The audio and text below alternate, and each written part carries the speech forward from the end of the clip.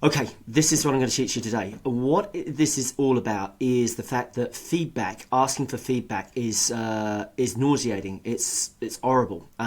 So basically, a lot of farmers have feedback fatigue. They also have field days fatigue, but that's a video for another day. So basically, people are really fatigued with feedback. You think about when you buy a book or an online purchase, or you're doing a holiday or a rental car or a plane ride, you get these really annoying feedback forms or feedback surveys. I mean, when did you last fill in a feedback survey? Unless obviously there was an incentive to do so. I mean, I'm not going to waste my time giving a company on my free time feedback. So there's a much, much better way for asking for feedback, and it has nothing to do with the word feedback. And I want you to listen very carefully to how I do it. I want you to ask for their advice.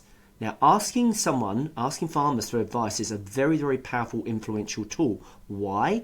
Because farmers are not often valued or appreciated for their opinions or for their advice. A lot of the world is trying to tell them how to run their crops and their land and their soil and their animals, and they've had enough. They're fed up. So what you do is you ask them genuinely, so don't use false flattery or pee in their pockets. What you do is you genuinely and sincerely ask them for advice. Now, if you're a new rep, new to rural sales, listen to this.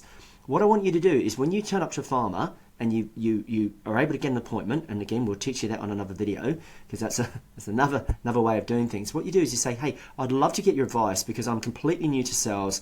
I don't really know what it's all about. So I'd love to ask you, like, what do you like about companies like us? What do you like? What do you not like? What would you improve on? And then the farmer is literally going to click and whir like an automatic response and tell you everything they don't like about your competitors, or maybe sometimes the business you run.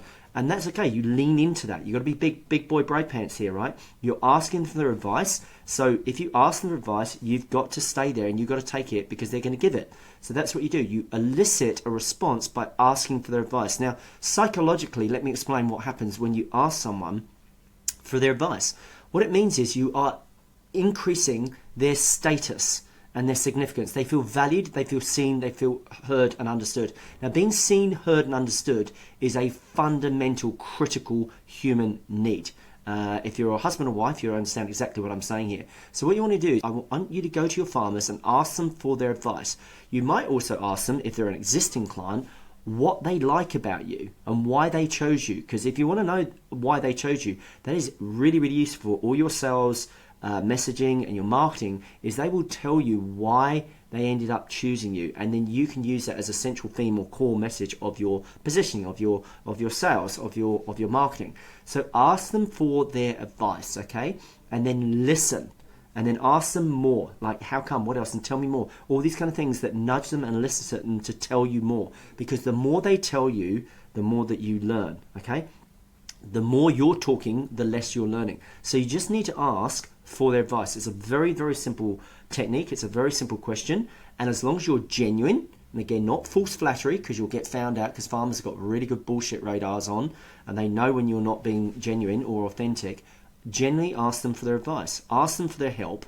Can you help me? I'd love to get your advice on how you find sales reps. Like when they drive up your driveway, what do you like? What do you not like? If you were new to sales and you were me, what would you do? And they will tell you. Now, by the way, again, caveat, public statement announcement here, PSA, like my stuff doesn't work 100% of the time, but it does work more of the time because you don't do this any of the time. That's why it will work. Again, I don't have 100% market share, I don't have 100% strike rate, but I can assure you the tools and techniques I teach you on these little 10-minute teachings, they do work. So go and try it and see, ask for the advice, increase their status, and then listen and learn from the answer.